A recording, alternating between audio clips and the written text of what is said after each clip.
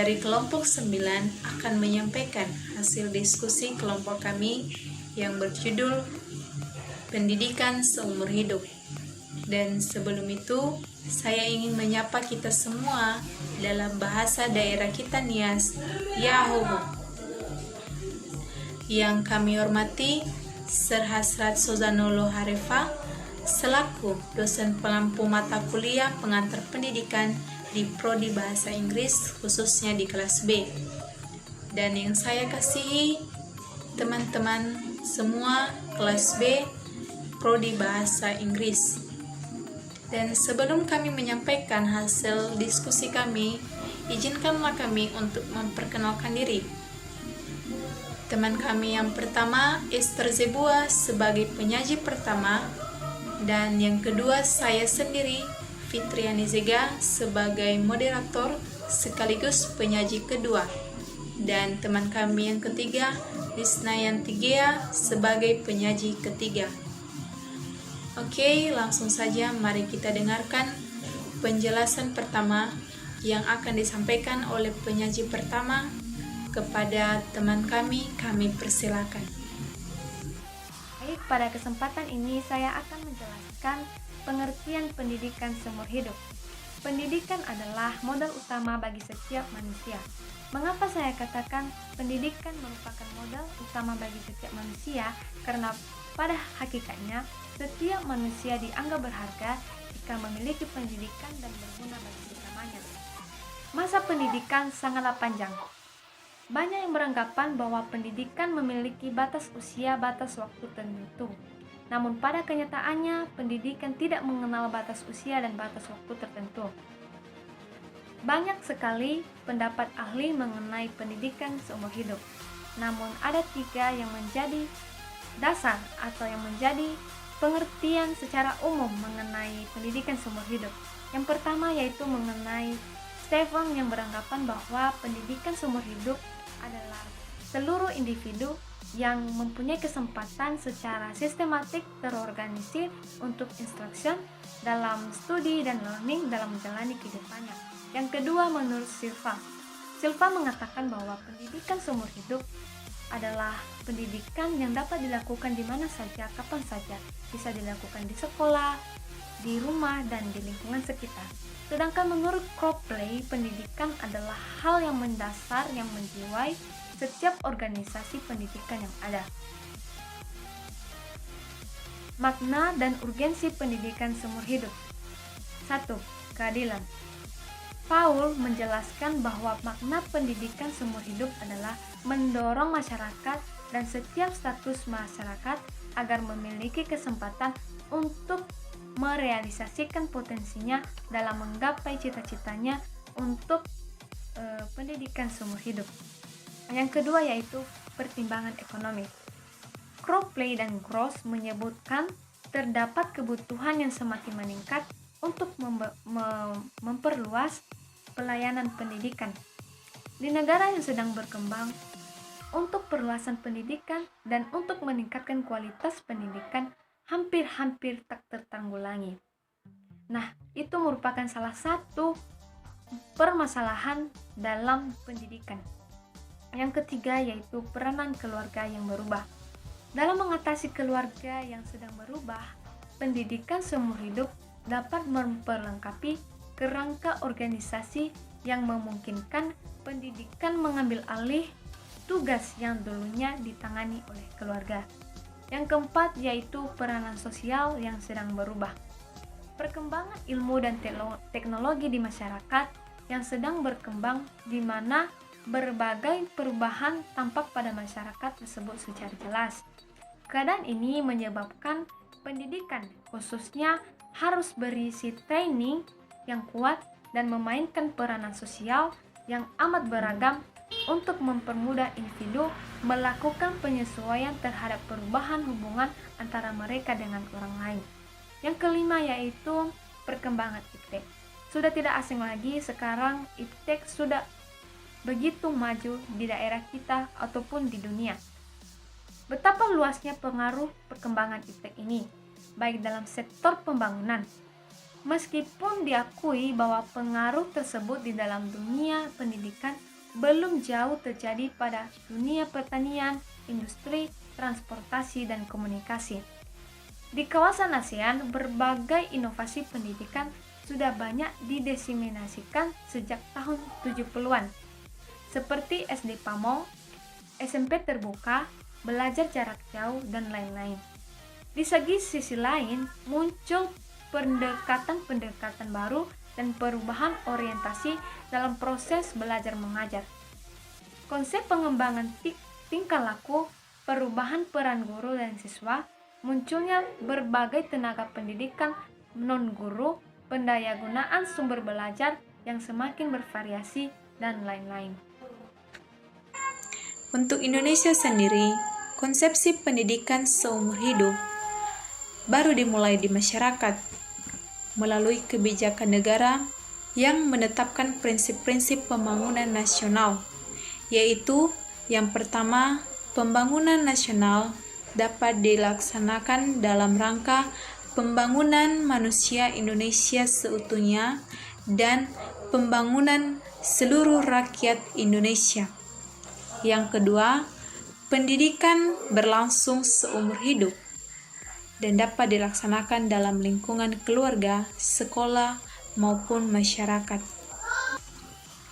Di dalam Undang-Undang Nomor 20 Tahun 2003, Pasal 13 Ayat 1 yang berbunyi, jalur pendidikan terdiri atas pendidikan formal, non-formal, dan informal, yang dapat saling melengkapi dan memperkaya.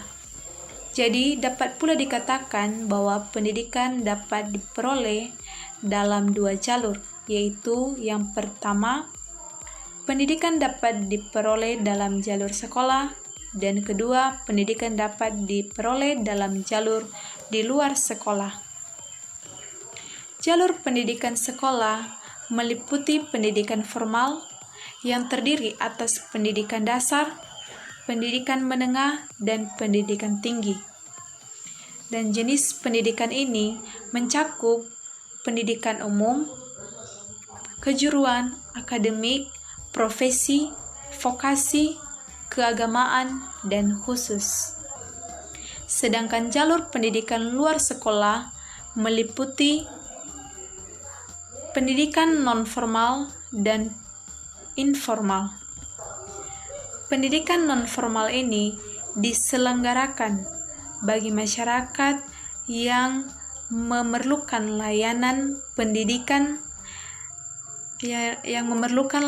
pendidikan yang berfungsi sebagai pengganti, penambah, atau pelengkap pendidikan formal dalam rangka mendukung pendidikan sepanjang hayat.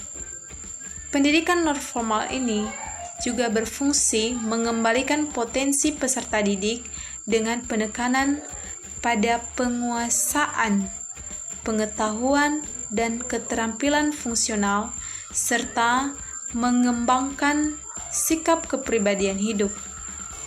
Dan pendidikan informal, yaitu kegiatan pendidikan yang dilakukan oleh keluarga dan lingkungan berbentuk kegiatan belajar secara mandiri.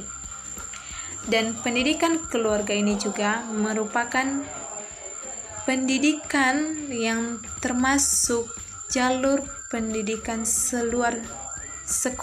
di luar sekolah, yang merupakan salah satu upaya mencerdaskan kehidupan bangsa melalui pengalaman seumur hidup. Adapun faktor-faktor yang mendorong bagi penyebaran dan pelaksanaan asas pendidikan seumur hidup tersebut, seperti pertama, perubahan sosial yang sangat cepat, dan kedua, munculnya negara-negara merdeka baru simultan dengan berkembangnya cita-cita demokrasi pendidikan. Yang ketiga, besarnya angka drop out khususnya pada tingkat sekolah dasar.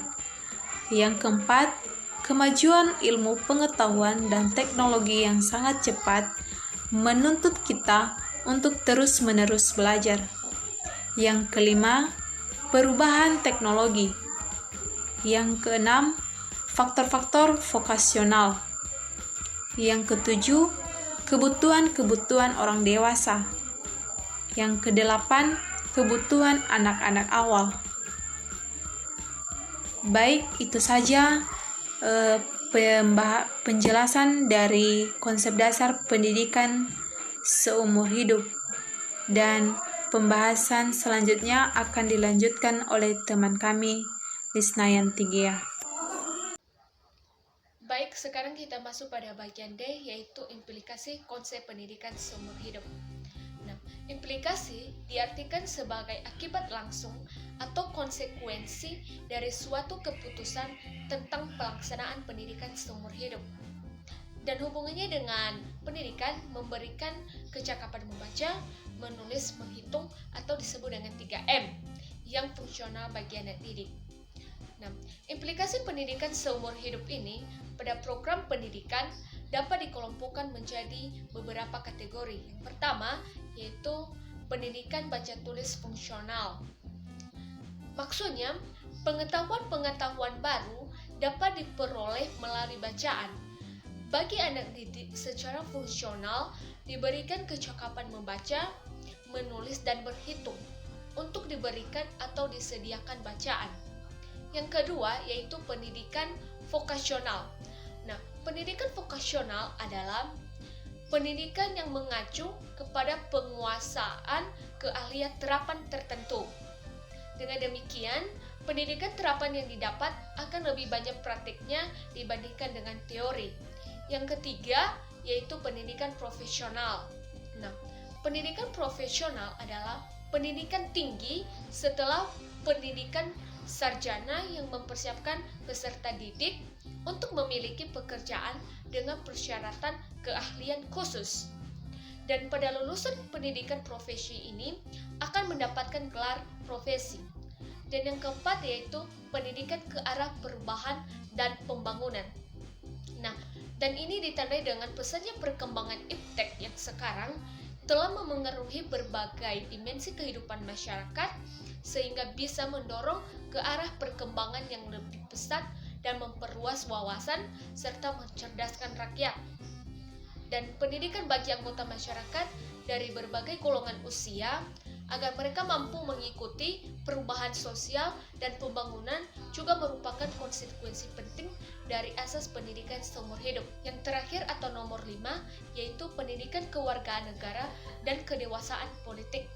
Nah, pendidikan kewarganegara adalah membawa misi pendidikan moral bangsa, membentuk warga negara yang cerdas, demokratis, dan berakhlak mulia, yang secara konsisten melestarikan dan mengembangkan cita-cita demokrasi dan membangun karakter bangsa.